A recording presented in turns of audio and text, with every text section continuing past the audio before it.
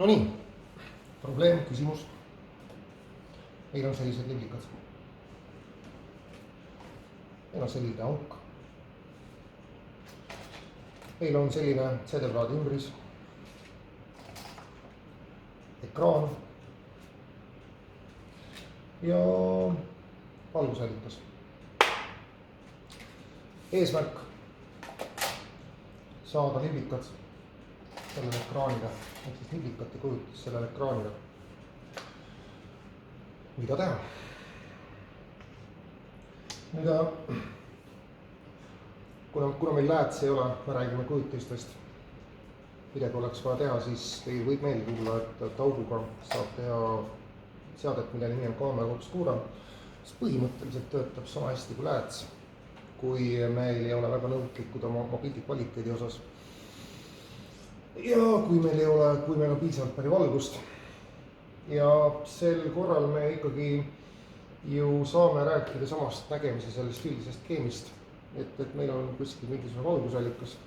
Siin on meil siis see objekt, mida me tahame vaadata, et liblikad me võime ju joonistada kui aukliku paberi. Nüüd kui siia satub valgus ja me paneme siis kuskile siia ekraani,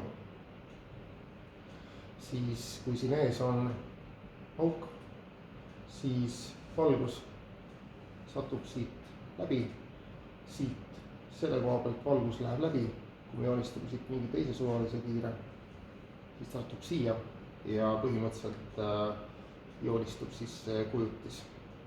Siin on vahepeal midagi sellist ja siis on kuskil sellist. Nüüd, kas see töötaks? Me võime vähemasti üritada seda ülesse panna. Vaatame. Siis valgusallikas peaks minema kuskile siia. Meie liblikad peaksid minema kuskile siia. Ja valge ekraan peaks minema kuskile siia. Ja nüüd auk peaks siis minema kuskile siia vahepeale. Paneme ta siis siia. Nüüd, kui kõik on hästi, siis peaks sinna ekraani peale tekkima liblikad. Kui kellelgi on ootusärevus, siis arvatavasti see lahtub üsna pea. Väga must paber, väga augud. Et kui siit isegi midagi peegeldub, siit kindlasti peegeldub, siis seda on nii vähe, et me ei näe siin lihtsalt midagi. Ja me võime siin teoritiseerida, et siin tegelikult on see liblikate pilt. Siis reaalselt ei ole, et me ei näe seda seal. Mõtle veel. Nüüd arvatavasti tekib tung, et paneks selle siia näiteks otse selle liblikate peale. Ja siis mõtleks siis niipidi, et kui ma teen iseenda jaoks mingisuguse vaheklipi ja sätin siia siis skeemi üles, kus meil lihtsalt on, mis meil siis on, et vaatame siit, meil on siin valgusallikas, auk, ekraan, mis peaks juhtuma, siit valgusallikast tulevad kiired igas suunas, üks neist pääseb august läbi, siia peale tekib siis täpp. Ja kui ma vaatan, kas on täpp, siis sättides asju pisut kohakuti võib selle täpiga üles leida. Ta on siin olemas, et kui me liigutame seda valgusallikat, siis see täpp liigub. Nüüd sedasi. Kui meil on, kui me ikkagi teeme valgustugevuse huvides täpi pisut suuremaks. Ehk siis teeme selle üle. Nüüd, eks ole, me võime siis ette kujutada, et me võtame oma selle paberi, mille sees on liblikad ja kuhu me ta siis paneme? Paneme siia näiteks. Et siis meil kindlasti on need liblikad justkui palju rohkem valgustatud. Nüüd häda on see, et selliselt meil õnnestub küll tekitada siia midagi. Aga see midagi on rohkem nagu varjud. Ehk siis me tekitasime siia varje. Kui me liigutame, siis aeg-ajalt tekib see täpp sinna ekraani peale tagasi. Et siin on täpp. Kui me läheme siia poole, siis siin jälle ei ole täppi. Ja iseenesest on see jällegi arusaadav, et see meie skeem sel korral istub siis nii, et siin on minu valgusallikas. Nüüd, kui mul panen siia liblikad jälle on meil lihtsalt mingisuguste aukudega paber, kui ma seda ristlõike võtan. Ma panen siia siis oma augu, siia panen ekraani. Nüüd siit valgus tuleb, satub siia, satub siia, otse, eks ole, siit läbi ei satu midagi, ekraani peal tume. Et kui ma teeksin selle augu pisut suuremaks, nii et see kiir ka siit läbi pääseks, siis tekiks jälle see täpp. Aga mul ei ole mingit sanksu tekitada siia liblikat. Et kui ma võtan selle pilud üldse ära, siis ma näen neid varrisid seal ekraani peal, mis on ju tore, aga see ei ole kujutis. See on vari.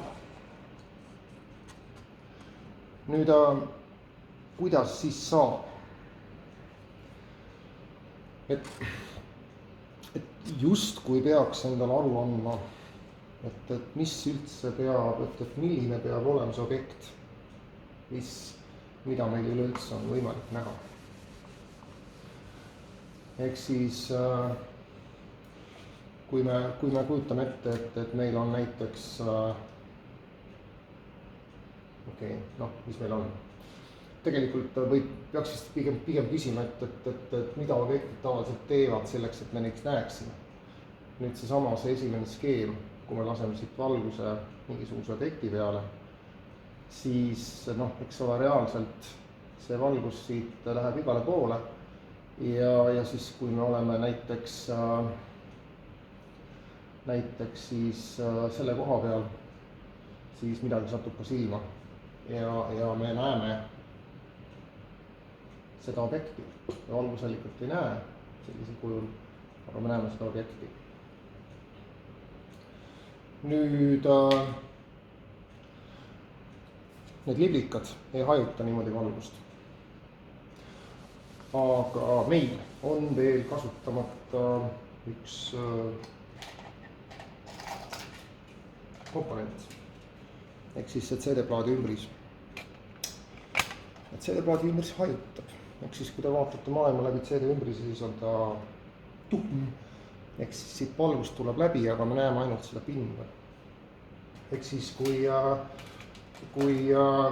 et mida see CD-plaadi ümbris teeb, et kui me paneme see punktpoolusallika ja siia me paneme selle ümbris ette ja meil tuleb siit kiir, siis põhimõtteliselt see valgus siit liigub igale poole.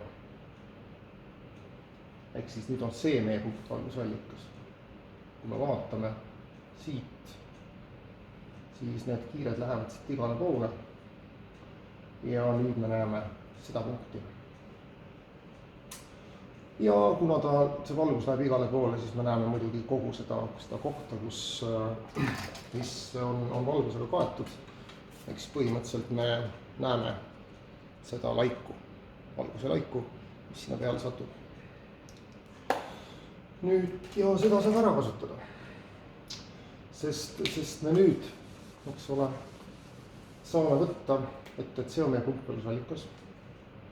Me valgustame seda CD ümbrist. nüüd see on see meie valguslaik. Kui me proovime seda hakata juba otsast valmis tegema, siis see CD ümbris peaks siis minema siia selliselt.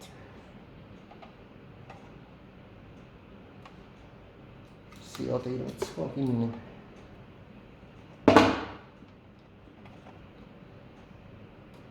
Nii.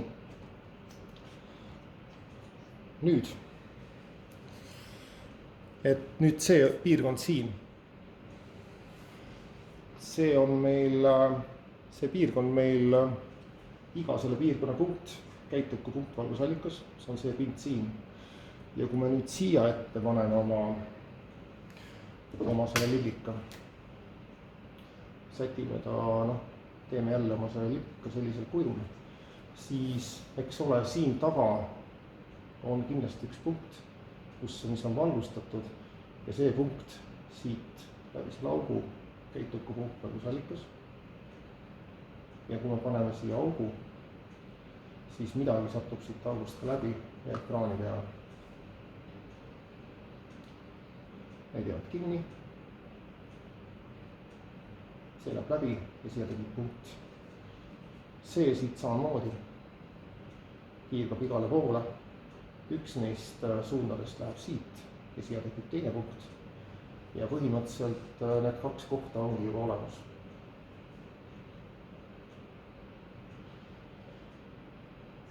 Nii. Ja siis niimoodi peakski proovima. Ehk siis me näeme objekte ainult siis, kui nad tõepoolest hajutavad valgust. Kui nad lihtsalt lasevad läbi valgust, siis meil ei ole nendega midagi peale hakata. Nüüd see katse kindlasti on pisut kapriisne, sest valgust on vähe. Aga kui me paneme siis selle augu paneme siia. Nüüd oma selle liblikate värgi me paneme siis siia ette. Ja siis oleme saanud siis midagi niisugust. Nüüd, selleks, et see värk hakkakski vähegi looma, selleks tuleb natukene neid asju settida ja loota. Ja kui me tuleme sellega natuke lähemale, siis hakkab tuskilt midagi tulema. Ehk siis nüüd siin selle koha peal on üks koht, mida võiks proovida isegi lähemalt vaadata. Et kui ma lähen sellega natuke lähemale, eks ole, see on minu liblikas. Ja ma olen sellega hakkama saanud. Ehk siis ma olen oma liblika, siis istub mul nüüd siin selle koha peal. Olen saanud läbi selle augu, läbi siis selle ekraani peale. Ja see oligi minu ülesanne. Ehk siis iseenesest see on, kui seda on proovitud koolides teha,